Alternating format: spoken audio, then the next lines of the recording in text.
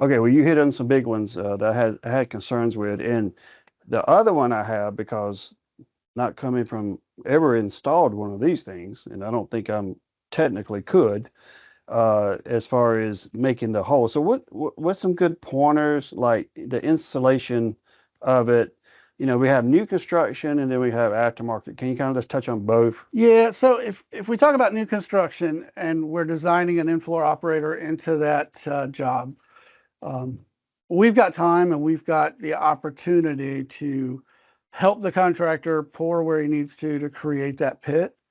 I've used a trick and you know, it was just through trial and error of having to get these things placed in the right spot. Um, the top pivot has to match the bottom pivot if you've got if the operator is your bottom pivot.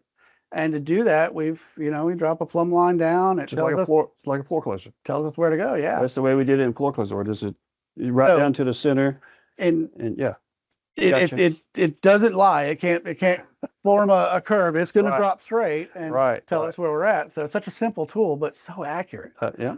Um, we can place that. So we'll take our operator, and in a perfect world, we'd have our floor box, which is this outer stainless box you see, ready to go. But in all reality, if we don't have that, it's not, day's not done. I've taken styrofoam, Lou, and I'll take styrofoam block the same size as I want that pit to be. Mm. And I'll set the styrofoam down. I'll glue it to the A solid piece of styrofoam. just a block of Yeah. styrofoam. And then I let the contractor pour his concrete all the way up to it. I'll give myself an extra inch or two on either side. Give yourself a little leeway. Yeah. But go ahead and throw that block down. And when you get that block in the floor, he can pour up to it. 3 months later, you can come back when you're actually ready to install and just drop a little bit of paint thinner on that acetone on that styrofoam block, and it melts. Oh.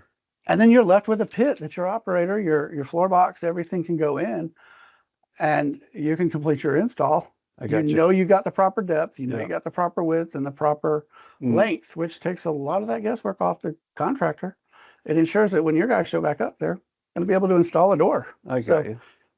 That's a little trick on the new construction side that I've used and been very successful with. Retrofit, you'd asked about that, but it's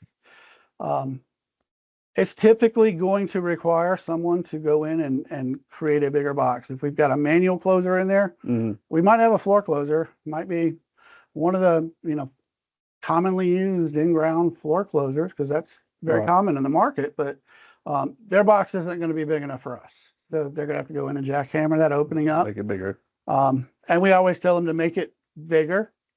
Just the sheer method of creating that pit in an existing concrete structure. They're going to have to jackhammer, and they're not going to be accurate. So I've seen them even saw cut the lines and then come and jackhammer inside them.